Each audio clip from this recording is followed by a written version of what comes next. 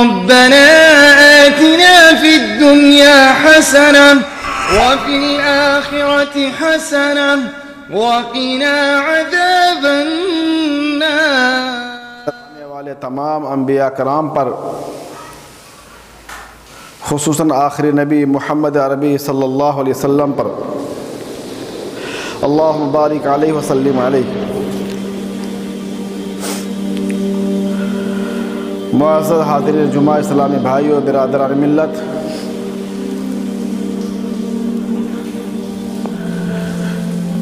اللہ رب العالمین نے جو ہمیں دین دیا ہے، یہ دین، یہ شریعت رسول اللہ صلی اللہ علیہ وسلم کے زمانے ہی میں مکمل ہو چکی ہے، اور اس کے تمام احکامات پورے ہو چکے ہیں.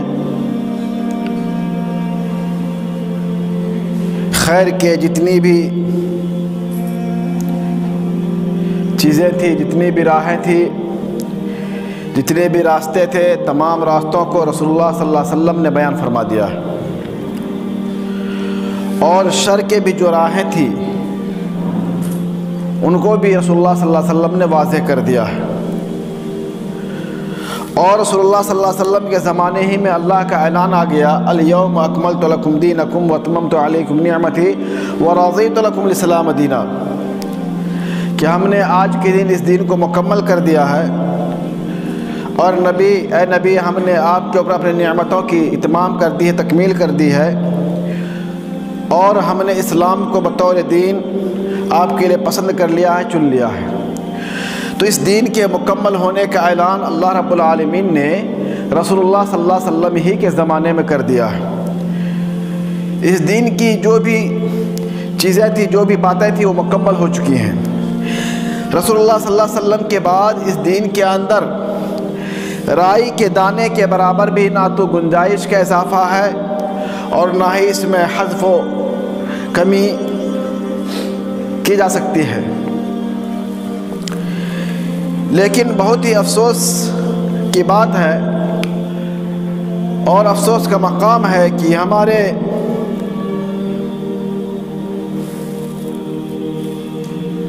سماج میں،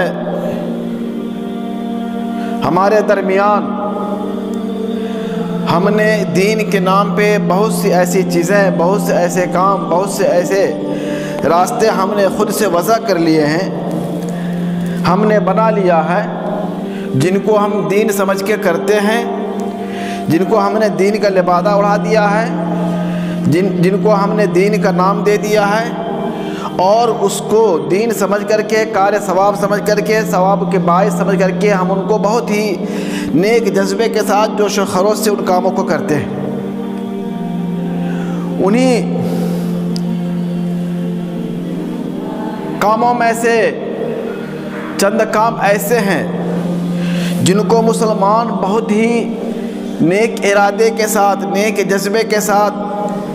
اور جوش و خروش کے ساتھ انجام دیتے ہیں، کرتے ہیں، پابندی سے ان کا اہتمام کرتے ہیں. وہ ہے اس ماہ شعبان کے اندر انجام دی جانے والی کچھ چیزیں، کچھ اعمال. یہ ماہ شعبان جو اسلامی کیلنڈر کا ہجری سال کا 8واں مہینہ ہے، اس مہینے کے اندر بھی مسلمانوں نے بہت سے ایسی بدعات و خرافات، رسم و رواج کو دین کا لبادہ اڑا کر کے، دین کا نام دے کر کے، دین کی شکل میں ان کو انجام دیتے ہیں. ان کا عقیدہ ہے، ان کا تصور ہے کہ دین کے کام ہے، یہ رسول اللہ صلی اللہ علیہ وسلم کی سنت ہے، یہ اللہ کی کہ احکامات میں سے ہے، ان کو کرنے سے اللہ ہم سے راضی ہوگا اور نبی کی تابعداری ہوگی. حالانکہ اگر آپ دیکھیں شریعت کی نگاہ میں، قرآن و حدیث کی روشنی میں، تو یہ اعمال مکمل طور پہ دین سے پرے ہے، دین سے ان کا کوئی تعلق نہیں ہے، اور مکمل طور پہ ان کا شمار بدعات و خرافات میں ہوتا ہے. ماہ شعبان، اس کے سلسلے میں اللہ کے نبی صلی اللہ علیہ وسلم کی کیا ہدایات ہے، آپ نے کیا رہنمائی فرمائی ہے. سب سے پہلے ہمیں ان کو جاننا ضروری ہے۔ تو آج اس خطبے کے اندر ماہ شعبان کے تعلق سے چند باتیں میں آپ کے سامنے عرض کروں گا اور یہ بتلاؤں گا کہ رسول اللہ صلی اللہ علیہ وسلم نے ہمیں اور آپ کو اس ماہ کے تعلق سے جو رہنمائی ہماری فرمائی ہے، جو ہدایات ہمیں آپ نے دیا ہے، ہمیں انہی کو کرنا ہے،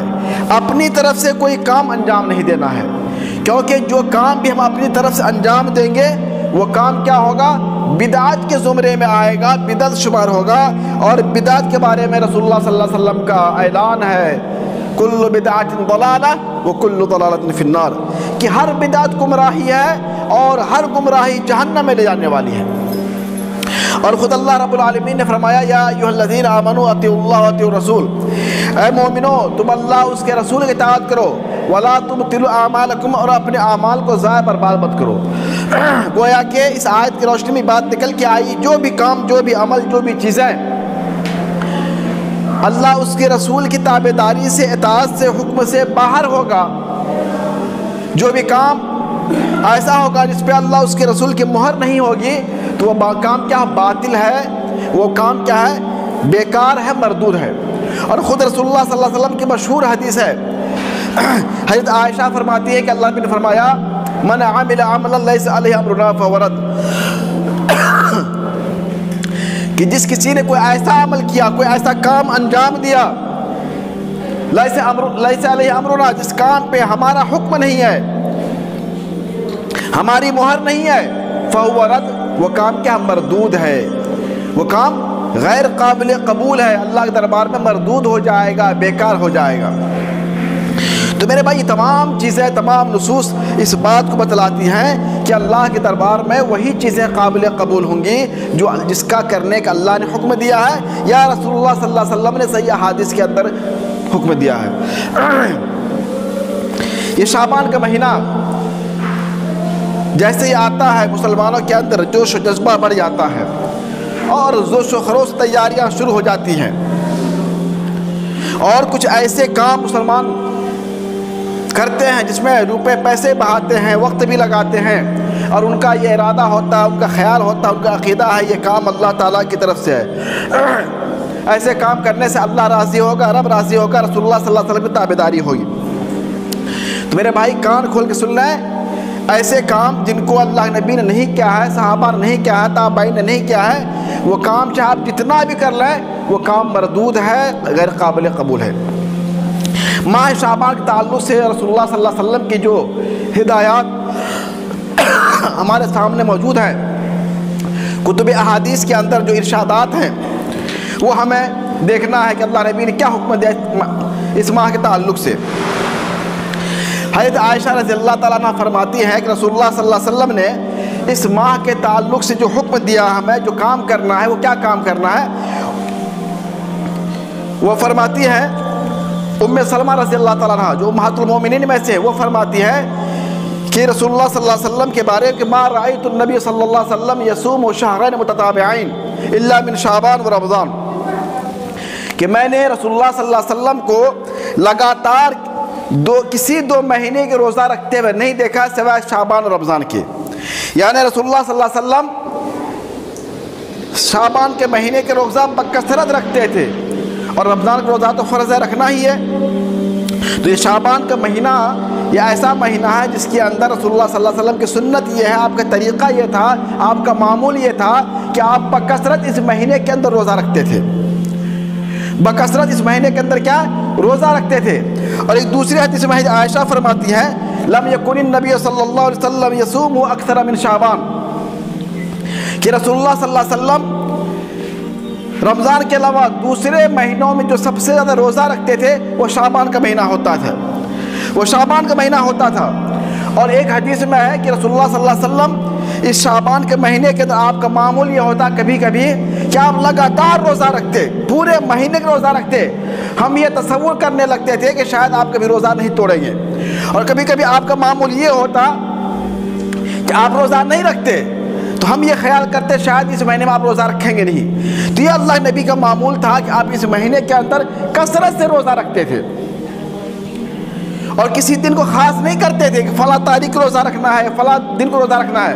بلکہ جیسے شعبان کا مہینہ شروع ہوتا رسول اللہ صلی اللہ علیہ وسلم اس مہینے کے اندر روزہ رکھنا شروع کر دیتے تھے، روزے کا اہتمام کرتے تھے۔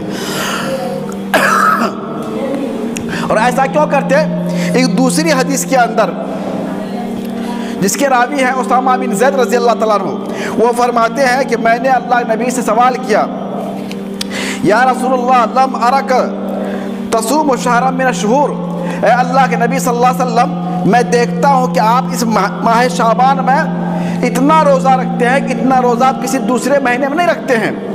آخر اس کی وجہ کیا ہے؟ آپ کثرت سے روزہ کیوں رکھتے ہیں اس مہینے کے اندر؟ تو آپ نے فرمایا،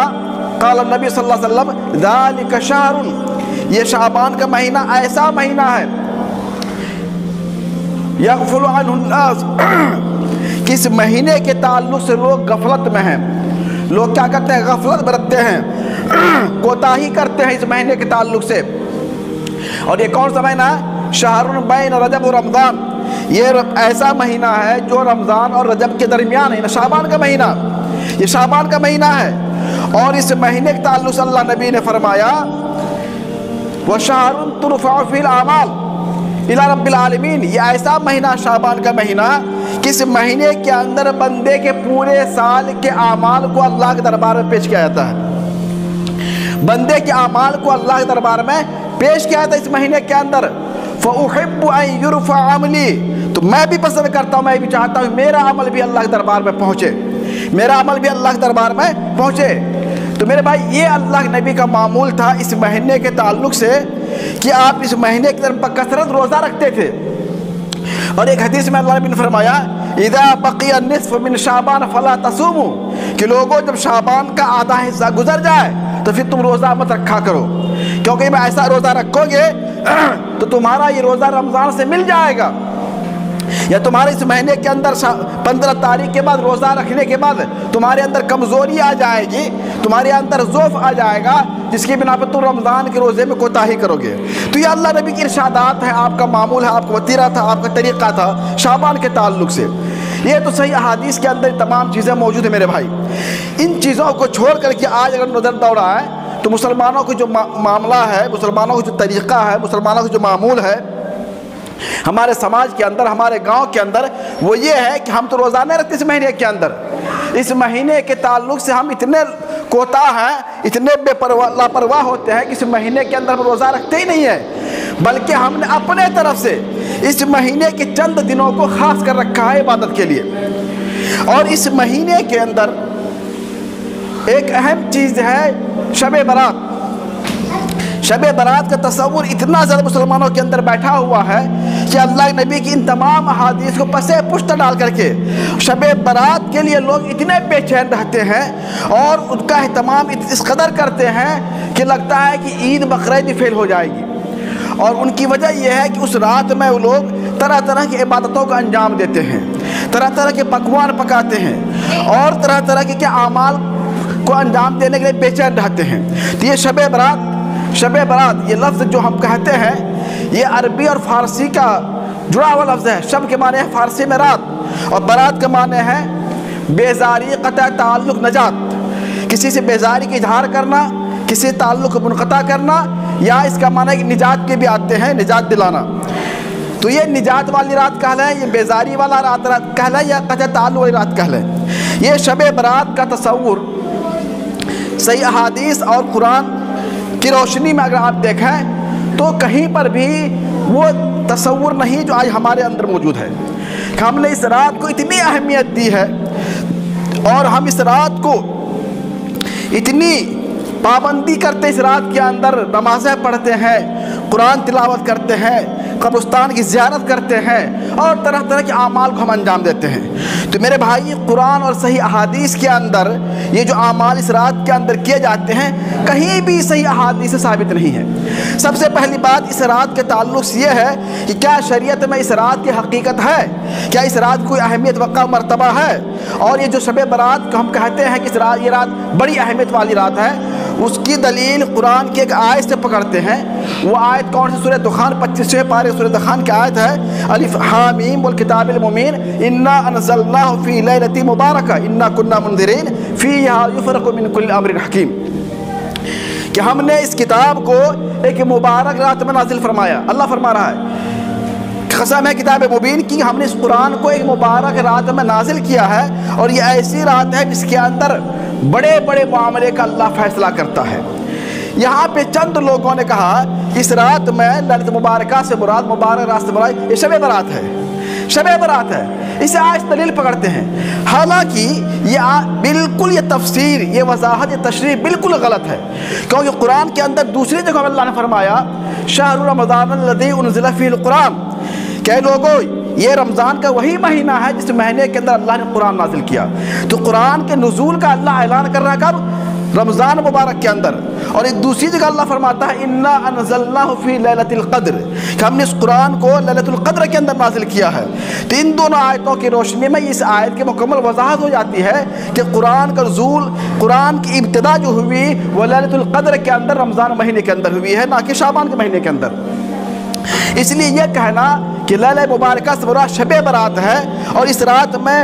بڑے بڑے معاملے کا فیصلہ کیا آتا ہے، یہ بالکل غلط ہے. اس آیت کے اندر بھی اللہ رب العالمین نے شب قدر کا تذکرہ کیا ہے. اس قرآن کو اللہ نے شب قدر کے اندر، رمضان کے آخری عشرے کے اندر آتی ہے، اس رات میں نازل کیا ہے. اور شب قدر کے اندر جو رمضان میں جو رات آتی ہے، 5 طاق راتوں میں سے کوئی ایک رات ہوتی ہے، اس رات میں اللہ بڑے بڑے معاملے کا فیصلہ کرتا ہے. انسان کی روزی کا فیصلہ کرتا ہے، انسان کی موت و حیات کا فیصلہ کرتا ہے، انسان کی عمر کا فیصلہ کرتا ہے، تمام بڑے بڑے معاملے کا فیصلہ ہوتا ہے.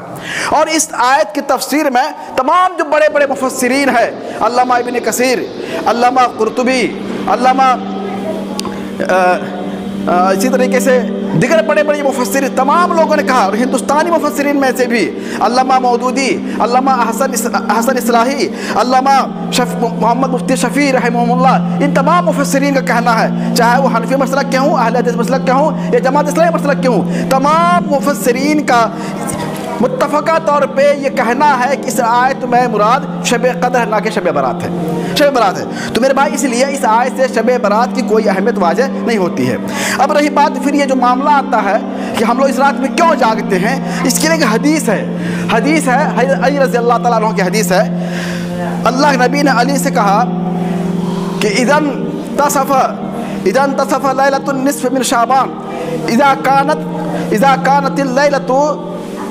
من شعبان، جب شعبان کی 15ویں رات آئے، فقوموا لیلہا وصوموا نہارہا. علی سے کہا تھا، اے علی جب 15 شعبان کی رات آ جائے، 15 شعبان آ جائے تو ان کی رات میں تم عبادت کرو، نمازیں پڑھو اور اس کے دن میں روزہ رکھو. یہ حدیث ہے، اسی شب برات کے تعلق سے لوگ دلیلیں پیش کرتے ہیں. لیکن اس حدیث سے تعلق سے جو محدثین کرام ہیں، جن کی نظر حدیث کے اوپر، حدیث کے حد کے اوپر، تمام محدثین کا متفقہ فیصلہ ہے کہ یہ حدیث انتہا درجے کی ضعیف ہے اور موضوع ہے. یہ حدیث گڑھی ہوئی ہے، من گڑت روایت ہے. اس حدیث کا اللہ نبی سے کوئی تعلق نہیں ہے، کوئی تعلق نہیں ہے کہ اس رات میں خصوصی عبادت کی جائے، اس رات میں خصوصی نمازیں پڑھی جائے، اس رات میں خصوصی نوافل کا اہتمام کیا جائے، اس رات تلاوت قرآن کیا جائے. ایسا کوئی عمل بھی اللہ نبی سے صحابہ ثابت نہیں ہے. اسی طریقے سے ایک حدیث اور ہے اس رات میں خصوصی عمل کے تعلق سے کہ 15ویں شعبان کی رات میں مسلمان خصوصی طور پہ قبرستان کی زیارت کرتے ہیں اور اس کے لیے قبرستان کو سجاتے ہیں، لائٹنگ ہوتی ہے، راستے بنائے جاتے ہیں تماچے، اور پوری رات قبرستان پہ لوگ دھما چوکڑی مچاتے ہیں. چھوٹے بڑے نوجوان بوڑھے سب قبرستان پہ ان کا پوری رات ان کا آنا جانا لگا رہتا ہے اور اپنے مرحومین کے لیے، اپنے ماں باپ کے لیے دعا مغفرت کرتے ہیں. اور ان کی دلیل کیا ہے کہ حدیث میں حضرت عائشہ رضی اللہ تعالیٰ فرماتی ہے فقط تو رسول اللہ صلی اللہ علیہ وسلم لیلت ذات لیلت، ایک رات اللہ نبی کی باری میرے پاس رہنے کی تھی، تو رات میں نے اللہ نبی کو اپنے بستر سے گم پایا، میں نے اپنے بستر سے گم پایا. فخرجت، میں بھی کمرے سے نکلی کہ اللہ نبی گئے کہاں. فاذا هو بالبقیع، تو میں کیا دیکھتی ہوں کہ اللہ کے نبی صلی اللہ علیہ وسلم بقیع قبرستان جو مدینہ کے اندر بقیع غرقد ہے، جس کو جنت البقیع کہا جاتا ہے، وہاں پہ آپ کھڑے دعا کر رہے ہیں. میں پیچھے فوراً میں الٹے پاؤں واپس آ گئی اور اللہ نبی پیچھے پیچھے میرے گھر آ گئے. تو آپ نے کہا کہ عائشہ تمہیں پتہ ہے آج کی رات کون سی رات ہے؟ ان اللہ لیطلع، آج کی رات ایسی ہے کہ اللہ تعالیٰ آسمان سے نزول فرماتا ہے، 7ویں آسمان سے، عرش سے آسمان دنیا پہ اترتا ہے اور اللہ تعالیٰ کی طرف سے اعلان ہوتا فیغفر لجمیع خلقہ الا لمشرک او مشاہن. اور اللہ تعالیٰ اس رات میں تمام لوگوں کی مغفرت کر دیتا ہے سوائے شرک کرنے والے کے اور جس کے دل میں کینہ کپٹ ہے۔ یہ حدیث ہے اس رات کے تعلق سے۔ اس حدیث کے بارے میں بھی اکثر مفسرین محدثین نے کہا ہے کہ یہ حدیث ضعیف ہے، یہ حدیث کی سند کیا صحیح نہیں ہے، صحیح نہیں ہے۔ اور رہی بات اس رات میں قبرستان کی زیارت کرنے کے تعلق سے، اگر ہم بفرض محال مان لیتے ہیں کہ اس رات کی اتنی بڑی اہمیت تھی، یہ رات بڑی فضیلت والی رات تھی، اس رات میں بڑے اعمال کرنے تھے، تو کیا ہم یہ سمجھتے ہیں کہ اتنی خیر و برکت والی رات ہو اور اللہ نبی چپکے سے نکل جائیں قبرستان زیارت کرنے کے لیے، صحابہ کو نہ بتلائیں، اپنی بیویوں کو نہ جگائیں؟ کیا ایسا ممکن ہے؟ بالکل ایسا ممکن نہیں ہے، جبکہ رسول اللہ صلی اللہ علیہ وسلم کی حدیث ہے شب قدر کے تعلق سے، رمضان جو شب قدر آتی ہے ان کے تعلق سے اللہ نبی کی ایک حدیث ہے، عائشہ فرماتی ہیں اذا دخل العشر الاواخر، جی رمضان کا آخری عشرہ آتا تھا، شد مئزرہ وایقظ لیلتہ وایقظ اہلہ، کہ جب آخری عشرہ رمضان کا آتا تو اللہ کے نبی صلی اللہ علیہ وسلم اپنی کمر کو کس لیتے تھے اور وَأَحْيَا لَيْلَهُ پوری رات جاگتے تھے اور اپنی بیویوں کو بھی جگاتے تھے، وَأَيْقَظَ أَهْلَهُ اپنے گھر والوں کو بیدار کرتے تھے۔ یہ اللہ نبی کا معمول تھا شب قدر کے بارے میں۔ اور یہاں جو حدیث میں اللہ نبی کا معمول ہے کہ اللہ نبی چپکے سے اٹھتے ہیں، کسی کو بتائے بغیر آپ قبرستان چلے جاتے ہیں، تو کیا اتنی بڑی اگر رات ہوتی، اتنی فضیلت رات کی ہوتی، تو کیا اللہ نبی صحابہ کو نہیں کہتے، اپنی بیویوں کو بیدار نہیں کرتے؟ ان سے روایتی اعتبار سے بھی حدیث ضعیف ہے اور عقل کے اعتبار سے بھی، درایت کے اعتبار سے بھی یہ حدیث صحیح نہیں ہے، یہ حدیث صحیح نہیں ہے۔ تو میرے بھائی اس حدیث کے اندر جو قبرستان کی زیارت کرنے کی بات ہے کہ خصوصی طور پہ ہم لوگ 12 مہینہ کبھی قبرستان نہیں جاتے ہیں زیارت کرنے کے لیے، قبرستان زیارت نہیں کرتے ہیں، اور 15ویں شعبان کی رات ہم لوگ خصوصی طور پہ جماعت شکل میں، گروہ کی شکل میں اور جتھا بنا کے قبرستان جاتے ہیں۔ یہ اللہ نبی سے کہیں بھی ثابت نہیں ہے۔ اللہ نبی کیا ثابت ہے؟ اللہ نبی کی مشہور حدیث ہے صحیح بخاری کی، كنت نهيتكم عن زیارت القبور فزوروها، کہ لوگوں میں نے تمہیں پہلے قبرستان کی زیارت کرنے سے منع کر دیا تھا، لیکن اب تم قبروں کی زیارت کرو، فإنها تذکر الآخرہ، کیونکہ قبرستان کی زیارت کرنا یہ آخرت کو یاد دلاتی ہے۔ یہ عام حکم ہے، 12 مہینے کے اندر کسی مہینے کے اندر بھی آپ قبرستان جا سکتے ہیں، کسی وقت بھی، صبح ہو، شام ہو، دوپہر ہو، جب آپ کو موقع ملے آپ قبرستان کی زیارت کریں۔ یہ کسی وقت کے ساتھ، کسی مہینے کے ساتھ، کسی تاریخ کے ساتھ اللہ نبی نے خاص نہیں کیا ہے۔ اس لیے 15ویں شعبان کی رات میں خصوصی طور پہ جتھا بنا کر کے، گروہ بنا کر کے قبرستان جانا اور وہاں پہ لائٹنگ کر کے وہاں پہ سب بیداری کرنا، یہ اللہ نبی کی سنت میرے بھائی نہیں ہے، یہ اللہ نبی کی سنت نہیں ہے۔ اور کسی بھی صحابی سے یہ چیز ثابت نہیں ہے کہ اللہ نبی کے بعد صحابہ نے کیا ہو، تابعین نے کیا ہو، تبع تابعین نے کیا ہو، یا ہمارے جو ائمہ کرام تھے انہوں نے کیا ہو۔ اسی طریقے سے اس رات کے اندر ایک عمل اور کیا جاتا ہے، وہ عمل کیا ہے کہ 100 رکعت نماز پڑھی جاتی ہے، خصوصی نماز اس رات کی 100 رکعت نماز پڑھی جاتی ہے۔ اور اس کے لیے بھی ایک ضعیف حدیث ہے، موضوع گڑھی ہوئی حدیث ہے، جن کو دلیل بنا کے پیش کرتے ہیں۔ اس حدیث میں ہے کہ اللہ نبی نے کہا ہے علی، اگر تم اس رات میں 100 رکعت نماز پڑھو گے، اگر تم اس رات میں 100 رکعت نماز پڑھو گے اور ہر رکعت میں 10 بار قل هو اللہ پڑھو گے، تو جب تم نماز سے فارغ ہو جاؤ گے تو تمہیں جنت میں اپنی جگہ نظر آئے گی۔ اس حدیث کی،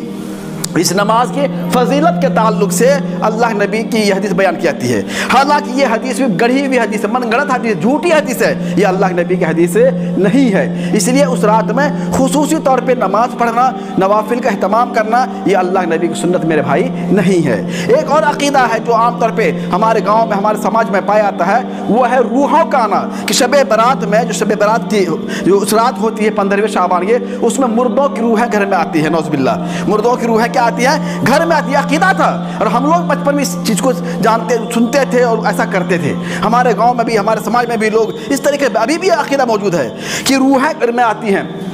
باپ کی، دادا کی، بھائی کی، بہن کی جو انتقال کر گئے ان کی روحیں آتی گھر میں، اور لوگ ان کے نام پہ اچھے اچھے کھانے پکا کے رکھ دیتے ہیں اور کہ آ کے وہ کھا کے جائیں گے۔ یہ مکمل طور پہ یہ مشرکانہ عقیدہ ہے، مشرکانہ عقیدہ ہے اور یہ ہندوانہ عقیدہ ہے، کیونکہ اللہ کا اعلان ہے، اللہ فرماتا ہے الم یروا کما اہلکنا قبلہم من القرون انہم الیہ لا یرجعون، کہ لوگوں کیا تم نے نہیں دیکھا کہ اللہ نے کتنے لوگوں کو ہلاک کر دیا ہے دنیا سے